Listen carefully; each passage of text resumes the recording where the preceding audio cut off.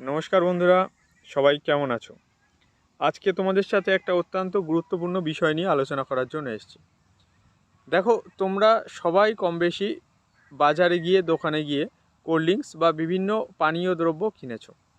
এখন বাজারের কিছু অসাধু ব্যবসায়ী আছে বা দোকানদার আছে, শপকিপার, যারা কি করে, এই সমস্ত কোল্ড ড্রিঙ্কসকে ওভার চার্জ করে তারা বিক্রি করে। মানে যদি 20 টাকার কোনো কোল্ড ড্রিঙ্কস তোমরা কিনো, তারা বলবে 22 টাকা দিতে। যদি 40 টাকার কেনো, তারা বলবে 45 টাকা দিতে। কারণ কি দেখাবে? না, আমাদের ইলেকট্রিসিটি চার্জ পড়ে, আমাদের এই যে আমরা ফ্রিজার ব্যবহার করি তার পিছনে আমাদের খরচা আছে। এই সমস্ত কারণ কিন্তু তারা দেখিয়ে তারা এমআরপির থেকেও বেশি দাম কিন্তু তোমাদের কাছে চাইবে। তো এটা পুরোপুরি ইললিগাল, এটা কিন্তু করা যায় না। তোমাদের যেটা করতে হবে, কোনো রকমের ঝগড়া ঝামেলায় তাদের সঙ্গে যাবে না।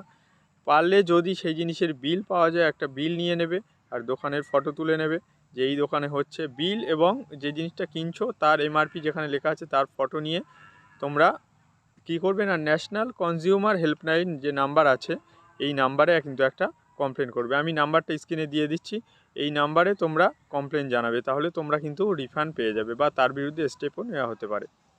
এছাড়া আর কি করতে পারো, তোমরা যদি সম্ভব হয় এই জিনিসটার যে তারা ওভারচার্জ করছে এটার একটা শর্ট ক্লিপ বা শর্ট ভিডিও বানিয়ে নাও, তারপরে তোমরা সেম পদ্ধতিতে কমপ্লেনটা লজ করবে। ঠিক আছে?